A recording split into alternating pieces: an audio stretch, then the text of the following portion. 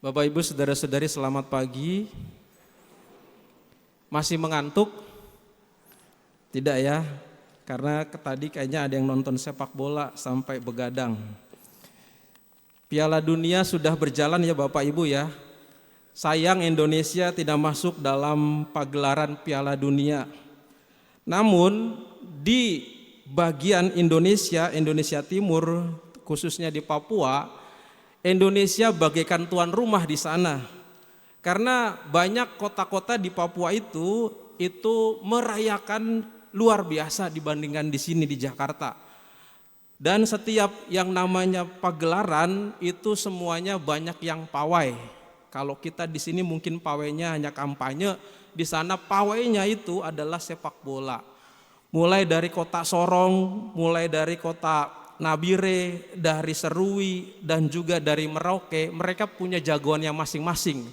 Benderanya Jerman diusung, benderanya Portugal, benderanya Argentina diusung. Sampai gubernur memberikan yang namanya peraturan konvoynya diatur. Karena kalau nggak diatur bisa berantem dan bisa macet jalanan. Nah pada suatu ketika ada konvoy dari Merauke dan Sorong sama-sama di hari yang sama dan mereka menjagokan masing-masing jagoannya. Argentina dan Portugal. Dan di sana mereka pakai bendera, pakai baju seragamnya Argentina, juga sama Portugal juga. Dan tidak lupa memasang satunya foto Lionel Messi, yang satunya lagi foto Ronaldo. Wah, dipasang mereka dan mereka ketemulah di sebuah jalan macet dan saling meneriakan Messi, Ronaldo, Messi, terus begitu. Sampai akhirnya ada perdebatan seru di antara yang paling depan. Lalu kemudian yang Sorong turun dari motor itu dan mengatakan, kalian orang-orang Merauke mendukung Argentina, awas kalau ke Jakarta jangan lewat Sorong katanya. Lalu diancam lagi sama orang Sorong, orang Merauke, orang Sorongnya, kamu nggak apa-apa, saya nggak boleh ke Jakarta lewat jalan lain bisa. Kamu nanti kalau upacara jangan nyanyi Sabang sampai Merauke, cukup sampai Sorong saja. Gitu ya. Dibalas. Bagaimana ceritanya cukup sampai Sorong? Dari Sabang sampai Merauke jadi sampai Sorong saja. Itulah yang namanya euforia Piala Dunia. Dan euforia Piala Dunia itu banyak yang mengagumi para jagoan-jagoan dari yang namanya masing-masing negara. Salah satunya tadi yang disebut Lionel Messi dan juga Cristiano Ronaldo. Dan kita tahu mereka ini adalah bintang-bintang sepak bola.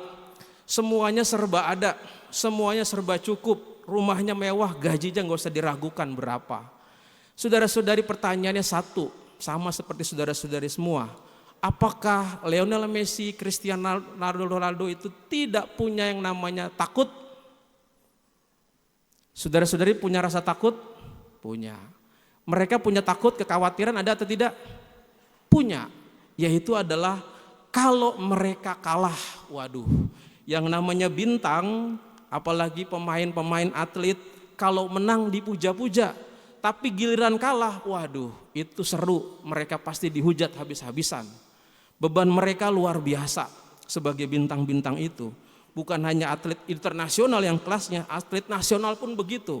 Kalau kalah, udah habis dihujat semuanya, dirujak semuanya sama netizen. Dan itu adalah sebuah ketakutan. Bahkan mereka adalah sebuah orang bintang, apalagi kita semua. Kita memiliki yang juga disebut dengan kekhawatiran dan kecemasan yang menuju pada ketakutan-ketakutan yang luar biasa. Bahkan bintang-bintang saja merasakan itu. Saudara-saudari, kalau manusia mempunyai rasa itu dan manusia memiliki kecemasan dan kekhawatiran, hal itu memang hal yang biasa. Tetapi yang tidak biasa adalah di dalam Injil ini ada sebuah hal yang mau ditunjukkan bahwa ketika ada takut, khawatir itu berkecamuk dalam pikiran terus-menerus, ingat bahwa itu bukan sekedar ketakutan biasa. Ada yang disebut dengan yang namanya gangguan untuk buat orang menjadi takut dan akhirnya lama-lama meninggalkan yang diyakininya itu. Kalau bahasa kitab suci, ketika Yesus digoda di padang gurun, itu ada 3 yang namanya peraizon, yang namanya diabolos dan satana. 3 divisi ini bekerja masing-masing menggoda orang. Dan divisi yang kedua yang menakutkan adalah diabolos. Dia memberikan rasa takut, yaitu yang kecil tetapi tetap percaya kepada Tuhan, percaya adanya Allah, tapi lama-lama ditambah lagi sehingga akhirnya meninggalkan Tuhan. Ketakutan macam inilah yang menjadi perhatian. Ketakutan macam inilah yang menjadi satu hal yang dinilai pada hari ini. Dan ketakutan inilah yang pada hari ini mau kita renungkan bersama. Kata takut yang tadi muncul bukan saja kata takut biasa. Takut yang tentu saja mengancam dari iman kita. Dan takut ini memberikan kepada kita suatu gerakan yang lama-lama melupakan kebaikan Allah dan juga pertolongan Tuhan sendiri. Yesus mengatakan di sini 3 kali, janganlah takut, janganlah takut. Siapapun dari kita punya yang namanya takut itu. Tetapi ketakutan ini lebih pada condong terhadap yang namanya penilaian dunia. Dunia membuat penilaian sehingga orang menjadi takut. Apa itu penilaian dunia? Yang pertama adalah produktivitas. Orang takut kalau dia tidak produktif. Makin dia tidak produktif, makin dia menganggur, makin juga dia orang yang akan disingkirkan. Dunia punya penilaian kepemilikan, makin dia punya, makin dia dihargai, makin tidak punya, makin tidak dihargai. Dunia punya penilaian penerimaan publik. Kalau orang diterima dengan kriteria A, B, C, D, yang tidak masuk kriteria ini tidak diterima. Dan standar fisik, yang hidungnya mancung, dianggap yang begini, yang rambutnya lurus, kulitnya putih, dan sebagainya. Itu adalah penilaian standar dalam dunia. Dan ketakutan diciptakan dalam penilaian dunia itu. Disinilah letak di mana masalahnya. Yang dibahas dalam Injil ini, ketakutan bukan yang biasa, tetapi orang takut karena dinilai tidak dihargai oleh dunia. Tidak dihargai oleh lingkungannya, tidak dihargai oleh siapapun karena tidak masuk dalam standar itu.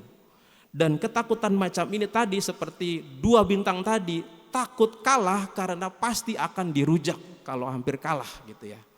Dan tentu saja pada hari ini ketakutan itu dibuat oleh Yesus satu harapan yang membuat penilaian itu disingkirkan. Penilaian dunia punya yang namanya penilaian seperti itu, tapi Yesus memberikan satu gambaran kecil, yaitu adalah burung pipit yang kecil. Yang burung pipit ini disebut burung pipit yang dijual 2 ekor 1 duit. 1 duit itu adalah mau istilah dalam bahasa Yunani itu asarion 1/16 dinar dapat 2. Itu mau ditunjukkan burung ini murah. Burung ini gak ada harganya. Burung ini adalah sesuatu yang paling kecil dan murah. Itu saja tidak akan jatuh, dipelihara ya, dan dihargai oleh Tuhan. Apalagi manusia yang diciptakan menurut gambar dan rupa Allah, maka manusia paling berharga di mata Allah. Standar dunia berhadapan dengan standarnya Allah. Standar dunia mengatakan begini, tetapi jangan takut. Allah tidak memandang itu. Allah tidak memandang penilaian duniawi, produktivitas, kepemilikan, penerimaan publik dan sebagainya. Dia tidak memandang hal itu. Apa yang dia pandang itu adalah bagian yang ketiga. Jika engkau mengakui aku di hadapan dunia, maka aku akan mengakui engkau di hadapan Bapa. Kata mengakui ini bukan kata yang biasa. Dalam bahasa aslinya homologes, artinya adalah yang sama diucapkan. Artinya mengakui di sini adalah ketika orang memiliki yang namanya keselarasan antara apa yang diucapkan dengan tindakan. Mau digali lebih dalam lagi, mengakui di sini artinya adalah mengakui Allah bukan hanya dengan ucapan tetapi dengan tindakan. Jadi standar penghargaan ini, standar kita di mata Allah, bagaimana kita mengakuinya di hadapan orang, di hadapan lingkungan kita, mewartakan Allah, mengakui Allah dengan ucapan dan tindakan kita. Karena konteksnya di sini para murid ini sedang diutus. Jangan takut terhadap segala sesuatu yang menilai dan bahkan membuat kita menderita, tetapi Allah memberikan yang namanya penghargaan dan upah yang besar ketika ada berani untuk mengakui di hadapan Tuhan. Saudara-saudari yang dikasih Tuhan, maka orang diajak untuk melihat yang namanya standar penilaian dari Allah sendiri, bukan hanya dunia. Tidak perlu akan hal itu, tetapi bagaimana dalam iman yang namanya penghargaan dari Allah yang tidak akan meninggalkan orang yang diutusnya, yang tidak akan merendahkannya dan bahkan dihargai lebih tinggi. Itulah menjadi standar dalam iman kita. Maka jangan khawatir terhadap penilaian itu. Orang diajak untuk dipulihkan. Dalam sabda ini ada penilaian Allah yang menilai kita lebih berharga dan lebih tinggi dibandingkan yang lainnya. Saudara-saudari, maka sebagai orang-orang beriman, orang diajak untuk berani mengambil keluasan dalam kehidupan, berani mengambil situasi yang fleksibel untuk menghadapi kehidupan dengan berbagai macam tantangan dan ketakutan-ketakutan itu.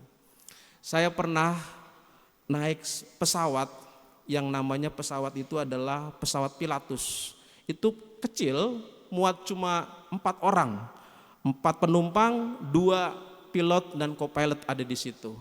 Dan mendaratnya pun tidak di bandara, di lapangan sepak bola. Pada waktu itu saya takut memang naik pesawat yang cuma 4 orang itu karena kecil. Dan bukan hanya kecil, pilotnya tidak pakai seragam, hanya pakai kaos celana pendek dan sedang menyetel ban, mengencangkan ban. Lalu saya naik dan kemudian di situ saya melihat ada 4 orang, 2 mama bawa tas besar, dan pada saat naik saya merasa pede dan kemudian setelah naik baru merasa tidak pede. Karena di depan mama itu ada karung besar, isinya adalah babi.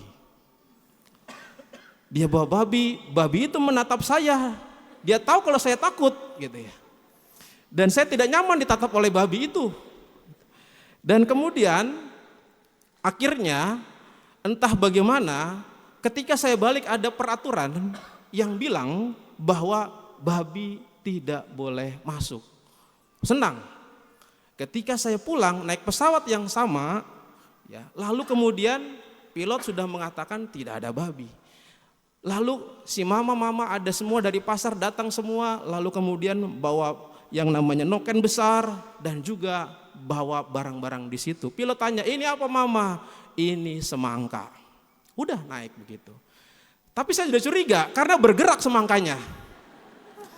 Ketika naik saya sudah mulai khawatir dan bunyi itu babi. Tapi karena sudah di atas, pilot lalu bertanya, mama tadi katanya semangka. Ah iya ini semangka, namanya babi ini semangka katanya. Saudara-saudari, Anda bisa membayangkan mama-mama tadi pintar sekali untuk menghadapi tantangan, menghadapi zaman, tidak takut. Bayangkan kalau dia ngikutin peraturan itu, dia dari pasar naik gunung itu menggunakan bawa babi, berapa hari dia sampai. Tapi dengan kecerdasannya, dengan tidak takut dan dia percaya diri ini semangka. Kalau ditanya nanti namanya memang semangka. Gitu. Itulah dalam kehidupan kita diajak untuk berani menghadapi tantangan dunia di tengah penilaian yang membuat kita terpuruk dan makin kita direndahkan. Allah menghargai kita, menolong kita, menjaga kita, merawat kita. Maka kita diajak untuk bersama-sama memulihkan diri kita, mewartakan, mengakuinya dalam kehidupan kita dengan cara-cara yang kreatif. Semoga Tuhan memberkati kita. Amin.